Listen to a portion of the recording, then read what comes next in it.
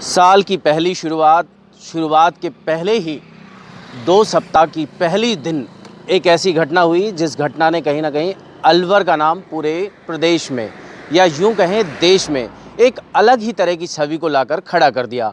ऐसे में इस पूरे मामले को लेकर जहां शुरुआती दौर में एसपी के बयान भी कई तरह के संदेह प्रकट करते रहे, वहीं इस पूरे घटनाक्रम के बीच जिस तरह का इंटरवल हुआ, मेडिकल रिपोर्ट का हवाला दिया गया, वो भी कई बार चौंकाने वाला था। ऐसे में राजनीतिक सरगर्मियां भी तेज रही, कई तरह के दौर देखने को मिले। जिला कलेक्टर का व्यवहार बेटियों को लेकर भी धमकाने वाला नजर आया और ऐसे में गहलोत सरकार के ऊपर भी कई तरह के कयास लगने लग गए।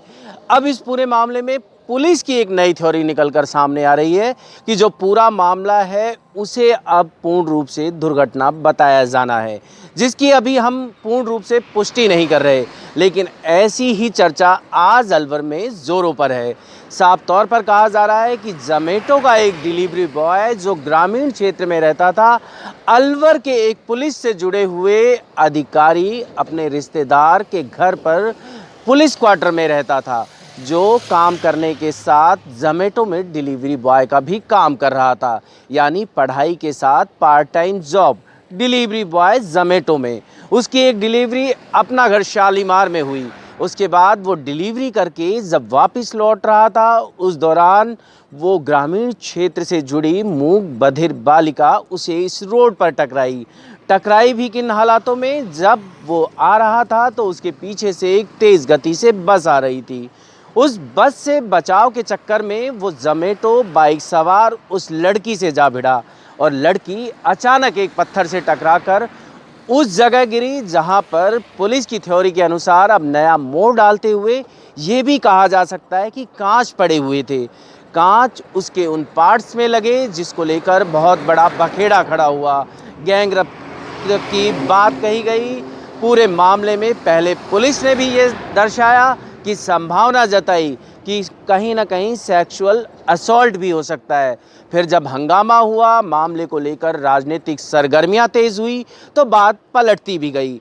अब एक नई थ्योरी कि आखिर ये जोमेटो से हुई दुर्घटना, सड़क पे मिले शीशे और अब तक की जो घटनाक्रम का एक नया पक्ष लाने की मुहिम चल रही है, क्या ये सच साबित होगी या पूर्व के मामलों में जिस तरह के घटनाक्रम रहे कि पहले पुलिस ने क्या बताया, बाद में कोर्ट में क्या बयान हुए और फिर निर्णय क्या निकला, यहाँ तक कि सज़ा के बाद भी मामले में बात पलट गई। ऐसे में अब देखने का विषय रहेगा कि आखिर इस डिलीवरी मैन की जब दुर्घटना जब उस लड़की के साथ घटित हुई जैसा कि संभावना बताई जा रही है, उसके बाद इतने दिनों तक वो लड़का सिर्फ इस डर से छिपा रहा या अपनी डिलीवरी वाली उस जगह जोमेटो पर नहीं गया कि कहीं वो पुलिस के हाथे ना चढ़ जाए। ऐसे में दूसरी अहम बात ये भी रही कि पुलिस ने जब इतने लोगों से इन्वेस्टिगेशन की, सीसीटीवी फुटेज उठाए, तो आखिर इतनी देरी क्यों घटित हुई। और इस देरी की घटना के बाद 3 दिन तक पुलिस उस लड़के को भी तलाशती रही, जो कि पूरी तरह से ये पुलिस की नज़रों में भी साबित हो गया था कि अपना घर से उसने एक डिलीवरी दी। डिलीवरी के बाद वो इसी रोड से गुजरा, इसी रोड पर उस लड़की से टकराने के बाद ये पूरी घटना पुलिस की एक नई थ्योरी में कहीं ना कहीं साबित भी की जानी होगी। लेकिन इस बात की अभी हम सिर्फ कल्पना कर रहे हैं। पुलिस क्या कहेगी ये तो पुलिस के जुड़े अधिकारी ही कल बताएंगे, या फिर अपनी जो भी वो प्रेस वार्ता आयोजित करेंगे उसमें सच्चाई रखेंगे या सच के साथ कुछ और रखेंगे, ये देखने का विषय रहेगा। इसी तरह की तमाम जानकारी के लिए आप बने रहें और देखते रहें मेरे साथ अलवर जुड़ी से जुड़ा हर सच दिखाने के लिए वॉइस ऑफ ट्रुथ।